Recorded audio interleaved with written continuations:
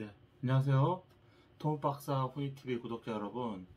오랜만에 또 이렇게 찾아뵙게 돼서 너무나 반갑습니다. 네, 오늘은 여러분들이 많이 이제 질문을 주셨던 서브 교재, 또 실질적으로 시험을 공부하기 위해서 어떤 또 참고서를 사용했는지 거기에 대해서 여러분들에게 좀 말씀드리려고 오늘 영상을 준비를 했습니다.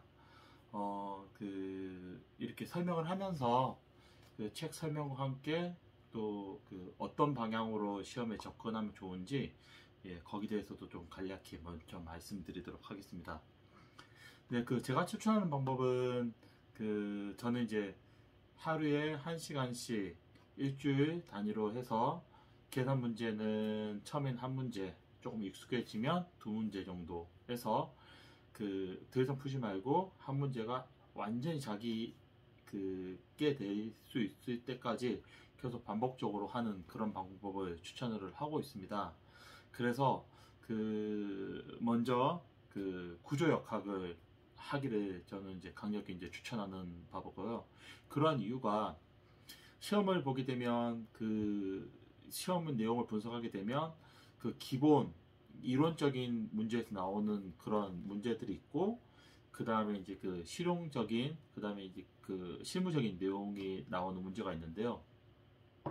기본적으로 구조역학이라든지 그 다음에 재료역학에 대해서는 항상 어느 포션만큼은 나와요. 그래서 역학 문제는 반드시 나오기 때문에 그런 문제를 먼저 세팅을 하게 되면 기본적으로 이제 깔고 들어가는 그런 점수가 있다 이거죠. 그래서 본인이 60점 이상이 저희가 합격이잖아요. 그 중에서 기본 역학을 풀 수 있고, 그 다음에 이제 구조역학 문제 나오면 어떤 문제가 나오든 한 15점 이상은 맞출 수 있다라는 그런 접근을 한다고 하면 기본적으로 본인이 이제 한 3, 40점을 먹고 시작을 하는 거거든요. 그리고 나서 용어 문제 좀 쓰고, 그 다음에 설계 문제에서 본인이 이제 익숙한 문제, 오늘 기존 알고 있는 문제가 나오면 굉장히 합격할 수 있는 확률이 높아집니다. 그래서 기본적으로 여러분들이 구조역학, 재료역학에 대한 그런 좀 실력을 갖추고 문제 나왔을 때는 25점에서 15점 이상은 나는 무조건 맞을 수 있다 라고 그렇게 준비가 돼야 됩니다. 네, 그러면 구체적으로 말씀드리면 구조역학 제가 봤던 책을 말씀드리겠습니다. 저는 좀 특이한 책을 봤어요. 이게 이제 스트럭처 어널리시스라고 이제 히블러라는 저자가 쓰신 책인데, 책 보시면 아시겠지만 다 이게 원서책이에요. 원서책 영어로 되어 있고요. 근데 책이 막 다 찢어졌죠, 그죠? 네, 이렇게 다 찢어졌습니다. 다 찢어졌고, 이게 제 대학교 3학년 때 본 책이에요. 그걸 지금 가지고 있는 거고요. 네, 네, 이 책을 봤고요. 그 다음에 양창현 교수님이 쓴 이제 구조역학 책. 네, 이 책도 제가 구매해서 참고서로 사용을 했습니다.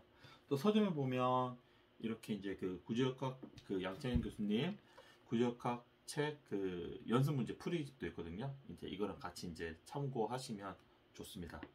그런데 책을 보시면 아시겠지만 깨끗해요. 예, 깨끗해요. 네, 깨끗하고 많이 안 봤어요, 제가. 네, 그렇죠. 굉장히 깨끗합니다.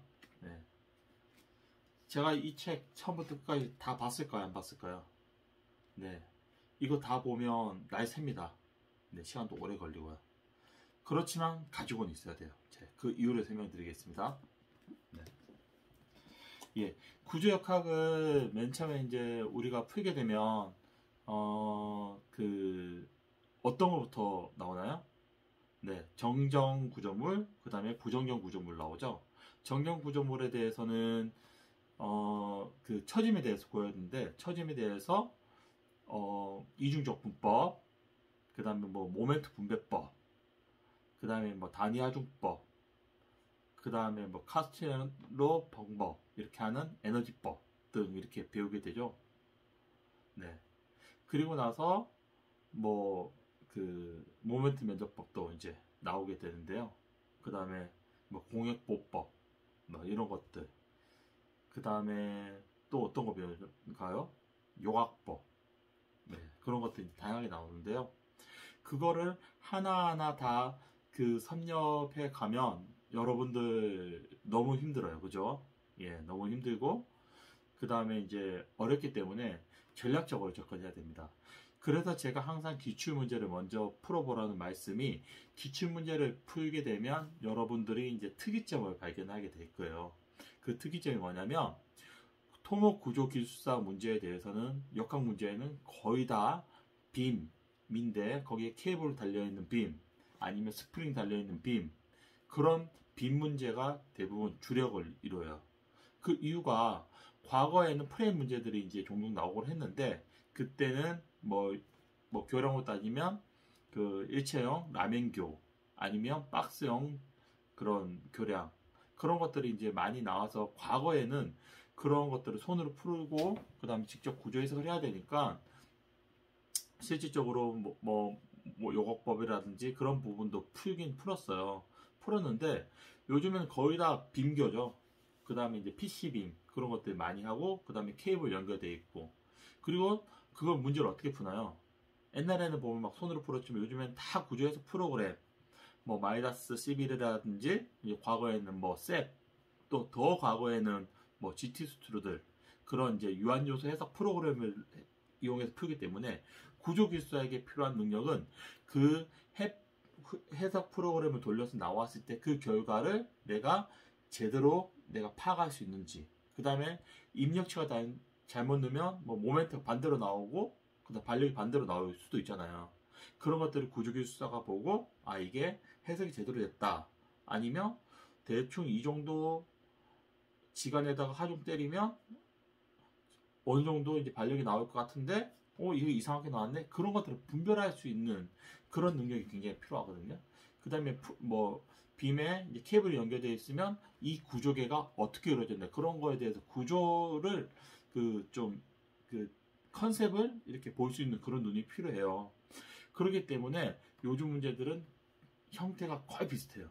그래서 최근 1, 2년 차 구조 해석 문제를 쭉 살펴보면 굉장히 공통점을 많이 발견하게 될 거거든요.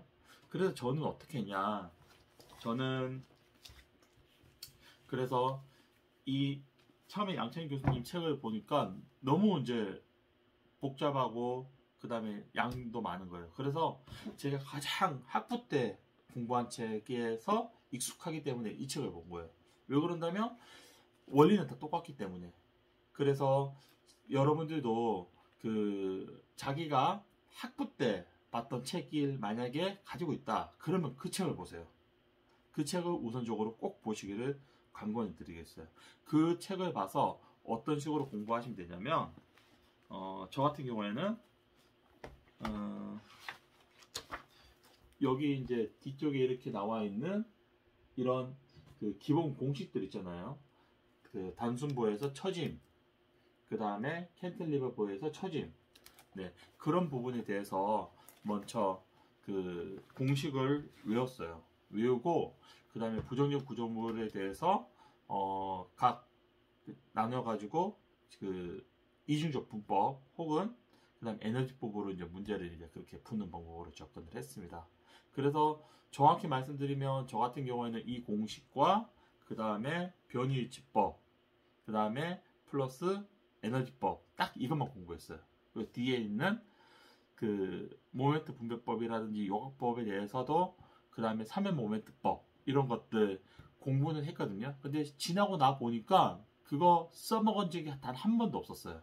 일단 그런 문제가 안 나올 뿐더러 만약에 그 3면 모멘트법을 쓰려고 그 단순 본데 가운데 이제 지점 하나 있는 것 같은 경우에는 그냥 변이치법으로 풀 수 있거든요. 네. 그래서 그런 문제 같은 경우에는 그렇게 접근을 하고, 옛날처럼 연속식은 쭉 나와가지고 3면 모멘트법 3개 이렇게 해야 되는 그런 문제 요즘에 나오지 않습니다. 네. 왜 그런다면 그거 누가 손으로 푸나요? 그거 전부 다 그냥 그 해석 프로그램으로 돌리면 답이 나오잖아요. 대신 해석 프로그램 돌렸을 때 양 지단에는 반력의 방향이 어떤 방향에 나오고, 그 다음에 그 쭉 등분포 하중이 깔렸을 때 그 변형 모양이 어떤 식으로 이렇게 나와야 되는지, 그런 거에 대한 그런 센스, 그다음에 그런 거를 우리가 볼 수 있는지, 그런 것들이 이게 필요한 거거든요.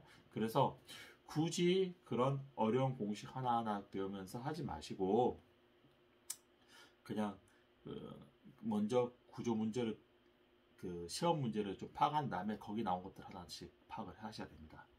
그런데 양창현 교수님 책은 왜 그러냐면, 그 기출문제 나왔던 그런 예제 문제들이 이 양창현 교수님 책에서 많이 출제가 돼요. 아니면 비슷한 문제들이 많이 나와요. 그래서 그 우리가 아무리 기본을 익혔다 하더라도 똑같은 문제가 아니면 사실 답이 내가 맞았는지 틀렸는지 헷갈릴 때가 있지 않습니까? 그럴 때 그 좋은 참고서가 되는 것 같아요. 그래서 기출문제 이런 게 비슷한 거 있으면 그런 것들 한번 이 책을 쭉 넘기다 보면 비슷한 문제들이 있어요. 비슷한 문제 있으면 그 문제 그냥 이 책 보고 그냥 푸는 거예요. 풀고 나서 그 한 문제를 2번, 3번 리바이벌 한다 라고 하고, 그 모멘트 분배법이라든지 그런 것들은 뭐 굳이 안 하셔도 될 것 같아요. 가만 생각해 보세요. 모멘트 분배법이 있으면 이제 그 제 영상 제 채널을 보시는 분이 건축 구조 하시는 분들도 꽤 많으시거든요. 건축 구조 하신 분들은 해야 돼요. 왜 그런다면 빌딩이라든지 그런 구조물 같은 경우에는 층이 있고, 그 다음에 이제 그 RC 프레임 구조일 경우에는 모멘트 분배법이나 요법을 반드시 해야 되겠죠. 하지만 토목 구조 같은 경우에는 그런 구조물을 저희가 설계하거나 검토할 일이 거의 없습니다. 왜 그렇다면 건축 구조 하시는 분들이 그런 형태의 구조물들은 많이 다루기 때문에 토목 구조에서는 굳이 거기까지 할 필요 없다라고 저는 말씀드리고 나왔어요. 혹시 그런 문제 가끔 하나 나올 수 있어요. 그때는 틀리고 그 다음 해를 노려야 돼요. 저는 그렇게 말씀드리고 싶습니다. 그래서 주로 빔 위주의 에너지법, 그 다음에 변형 이치법, 이 정도만 정확하게 해서 그 두 방법을 응용을 해서 빔에 나와 있는 부정정 구조물을 여러분들이 푸는 방법과 요령을 익혀진다고 하면 기본적으로 그 토목 구조 기술서에 나와 있는 역학 문제는 절반을 맞추고 들어간다 라고 그렇게 말씀드리고 싶습니다. 그 이상으로 구조 문제 접근하는 방법과 그 이제 참고서를 설명을 드렸고요. 다음으로는 이제 그 재료역학, 재료역학을 말씀드릴게요. 재료역학은 이 책을 봤어요. 잘 아시겠죠? 티모센코가 쓴 메카닉스 앤 머티리얼 재료역학 책입니다. 이 책 저도 학부 때 제가 또 봤던 책이에요. 대학교 2학년 때. 그래서 이 책도 원서입니다. 원서고 저는 5판을 봤어요. 5판을 봤고, 근데 이 책을 보면 이제 영어로 써져 있어가지고 좀 어려울 수 있어요. 근데 그 보면 교보문고에서 이렇게 번역한 재료역학이란 이제 이 책이 나왔거든요. 지금은 이제 보니까 굉장히 최신판까지 많이 나왔더라고요. 그래서 제 생각에 굳이 그 원서 안 보셔도 되고요. 이렇게 이제 국문으로 된 이런 재료역학을 여러분들이 보셨으면 좋겠어요.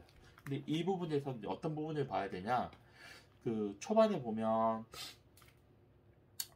강제에 대한 스트레스 스트레인 커브 그런 나와 있는 부분, 그 다음에 그 4장에 보면 이제 그 SFD, BMD 나와 있는 부분과 그 다음에 그 사인 컨벤션, 부호규약 나와 있는 부분 있잖아요. 그 부분은 여러분들이 좀 집중해서 좀 봐야 됩니다. 그 부분만 잘 보시면 돼요. 그리고 나서 또 기출문제 푸다가 뭐 그 단면의 복합 단면에 대한 그런 응력 계산하는 것들, 그런 것들 부분 나오면 이 재료역학에서 이걸 찾아봐야 돼요. 그래서 제가 이 책을 소개를 해드리지만 이 책을 처음부터 끝까지 다 보라는 말씀은 아니에요. 이게 아니라 용어 문제 혹은 계산 문제에서 재료역학 문제가 나온다. 그럼 이 책에서 답을 찾아가지고 여러분들이 쓰는 그런 사전처럼 이렇게 사용하라고 그렇게 제가 소개를 해드립니다. 제가 지금 그 소개드리는 교재는 모두 다 그렇게 봐야 됩니다. 그거를 처음부터 끝까지 다 푼다. 예, 풀면 공부도 되고 도움도 아주 많이 되지만 너무 힘들어요. 너무 힘들기 때문에 일단은 우리는 효율적으로 시험 합격하는데 목적을 두고 있기 때문에 기출문제 위주로 풀고 기출문제를 풀 때 그냥 푸는 게 아니라 이 책을 찾아가면서 확인하면서 풀어야 됩니다. 아시겠죠? 네, 일단은 여기서 이제 이번 영상을 마치고요. 다음 영상 이어서 제가 이제 철근 콘크리트랑 그다음 강구조도 이제 말씀을 드릴게요. 네, 이상으로 영상을 여기서 마치도록 하겠습니다. 감사합니다.